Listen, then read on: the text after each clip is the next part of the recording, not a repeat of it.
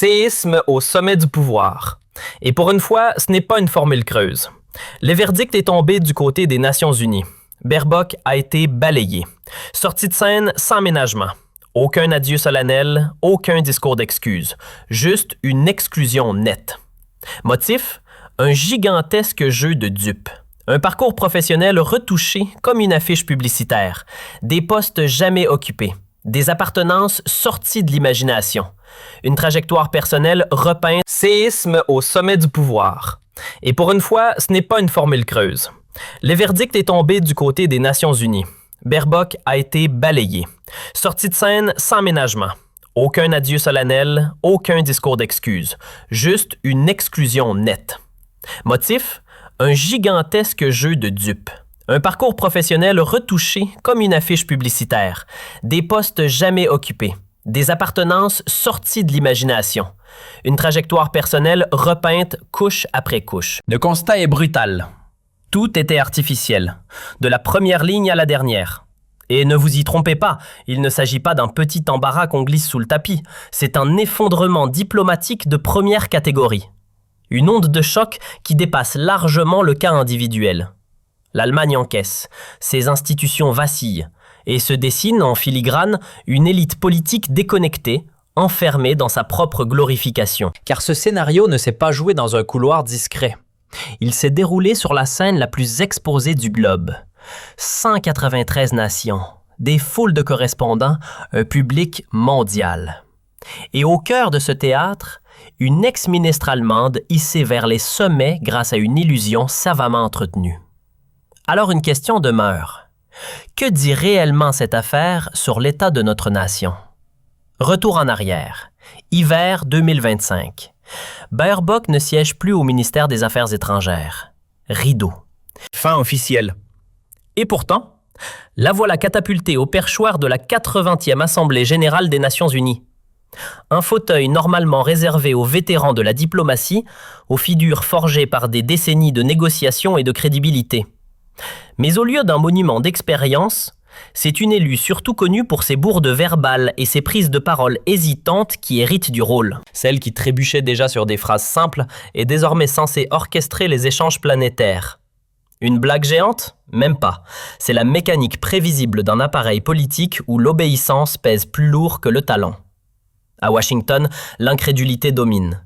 Comment ce scénario a-t-il pu se concrétiser? Les pièces du puzzle s'assemblent progressivement. Friedrich Merz aurait lui-même ouvert les portes. Le même homme qui jure combattre les Verts, tout en leur déroulant le tapis rouge en coulisses. Un échange de bons procédés, des accords tacites, des sourires publics, des poignards rangés dans les tiroirs. Et ce n'est pas une spéculation hasardeuse, des éléments concrets le confirment. Puis arrive l'explosion. Ce sont des républicains américains, J.D. Vance et Marco Rubio en tête, qui reprennent le dossier. Ils ressortent ce que certains savaient déjà depuis 2021. À l'époque, un journaliste de la phase avait passé sa biographie au crible. Résultat, plus d'une douzaine d'affirmations douteuses, voire totalement fausses. Des organisations citées auxquelles elles n'avaient jamais appartenu. Ce qui était autrefois un scandale national devient aujourd'hui une humiliation mondiale. Particulièrement explosif, le German Marshall Fund, une institution très respectée aux États-Unis, dont Baerbock affirmait être non seulement membre, mais aussi membre du conseil consultatif. Sauf que le GMF a confirmé par écrit qu'elle n'y avait jamais été active. Jamais. Jusqu'où peut aller l'audace? Elle prétend aussi avoir été membre du HCR, l'Agence onusienne pour les réfugiés. Or, on ne peut tout simplement pas y être membre. Ce n'est pas un club étudiant, mais une organisation internationale. Elle avait seulement fait un don à une organisation partenaire allemande et a transformé ce don en ligne prestigieuse sur son CV. Ce n'est plus de la vanité, c'est de la manipulation délibérée. Et comme si cela ne suffisait pas, même ses anciennes indications concernant la Fondation Heinrich Böll et d'autres organisations sont totalement déformées. Elle y a été active autrefois, mais a quitté depuis longtemps, tout en laissant croire qu'elle y est toujours. Et pour couronner le tout, elle falsifie aussi les dates de ses activités à Bruxelles. Tout est documenté, tout est vérifié. Et malgré cela, c'est avec ce CV qu'elle a été élue à l'ONU. Comment est-ce possible? Très simple. Parce qu'en Allemagne, personne ne regarde de près. Parce que les médias se taisent quand il s'agit des chouchous verts. Parce que toute critique envers Baerbock est aussitôt taxée de sexiste ou d'extrême droite. Mais aux États-Unis, les règles sont différentes. Là-bas, ce sont la compétence et la crédibilité qui comptent. Et on tombe de haut quand on ne peut fournir ni l'une ni l'autre. Et ainsi, ce qui devait arriver arrive. Les républicains posent publiquement des questions. Rubio est irrité, Vance est furieux. Comment quelqu'un comme elle peut-elle représenter l'Allemagne? Comment peut-elle diriger des débats internationaux? Baerbock est pratiquement inconnu aux États-Unis. Aucun historique de négociation, aucun profil diplomatique, seulement de l'image, seulement une illusion verte. Et cette illusion se brise maintenant, en direct et en couleur. Mais le pire reste à venir. Tandis que des responsables conservateurs aux États-Unis peinent à cacher leur stupéfaction, l'Allemagne, elle, se tait. Au lieu d'une démission, de l'entêtement. Au lieu de lucidité, de l'arrogance. Et une fois encore, ce sont les citoyens qui paient le prix de la carrière d'une femme qui a gravi les échelons à coups de mensonges et de suffisance. Bienvenue en 2026. Petite remarque en passant, notre visibilité est restreinte. Un abonnement, un like ou une cloche activée aide à éviter que ce genre de vidéos ne disparaissent. Et puis vient l'affrontement. J.D. Vance, vice-président républicain sous Trump, rencontre Baerbock à New York. Sujet, la Russie. Alors que Washington mise depuis longtemps sur la désescalade, sur les négociations, sur le réalisme politique, Baerbock reste accroché à l'ancienne rhétorique de guerre. Elle désigne la Russie comme l'ennemi principal, met en garde contre toute concession, parle de démocratie capable de se défendre. Et que fait Vance? Il la confronte frontalement, sans détour. Il affirme que cette ligne est dangereuse et que Baerbock elle-même met en péril la liberté d'expression en Europe.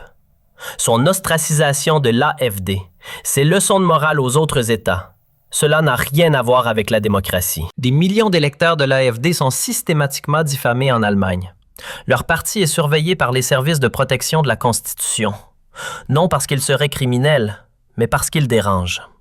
Et Baerbock, au lieu de rester neutre en tant que présidente de l'ONU, s'attaque ouvertement à cette opposition. C'était pas de la diplomatie, c'est de l'activisme idéologique. Et cela n'a pas sa place à l'ONU.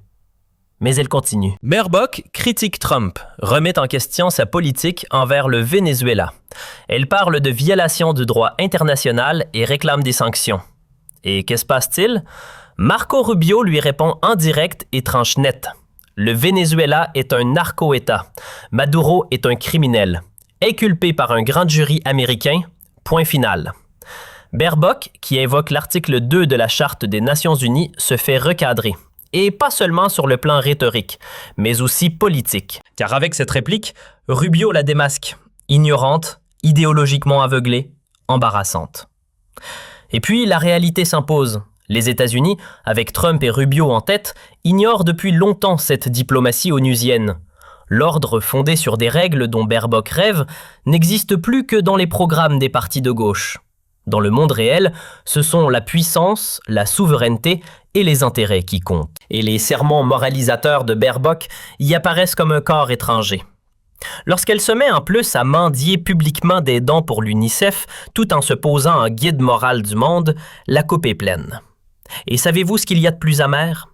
Elle n'a pas seulement obtenu ce poste, elle l'a aussi arraché à une véritable femme d'exception, Helga Schmidt, une diplomate reconnue, expérimentée, respectée. Mais non, il fallait que ce soit Baerbock, l'icône verte, la figure de spectacle politique. Et les médias se taisent, pas de tollé, pas de révélation, pas de questions. Pourquoi? Parce que l'idéologie passe avant tout. Parce qu'il ne s'agit plus de qualité, mais de conformité idéologique. Et pendant que l'Allemagne est tournée en dérision à l'international, à l'intérieur du pays, c'est la même logique. Des pompes à chaleur qui tombent en panne au premier gel, des centrales nucléaires fermées. Et maintenant, l'électricité manque. Alors que des pays comme la Belgique ou la Tchéquie ont depuis longtemps commencé à revoir leur copie, Merz et compagnie s'accrochent à une chimère verte par peur de la vérité, par peur d'admettre l'échec. Petite parenthèse, et elle est essentielle. Si tu crois que l'État te protégera lors de la prochaine crise, regarde autour de toi. La vérité, c'est que tu es seul. Et si tu n'as pas de plan, tu seras balayé. C'est précisément pour cela que nous avons développé un système de préparation aux crises. Un programme complet, étape par étape, pour protéger ton argent, ta liberté et ta vie avant qu'il ne soit trop tard. Le lien est dans la description. Et franchement, ceux qui ne comprennent pas cela en 2025 commettent l'une des plus grandes erreurs de leur existence. Et Baerbock perd tout. Sa crédibilité internationale, le soutien des États-Unis, l'appui de l'Europe. Et pourtant, elle est toujours là, comme si rien ne s'était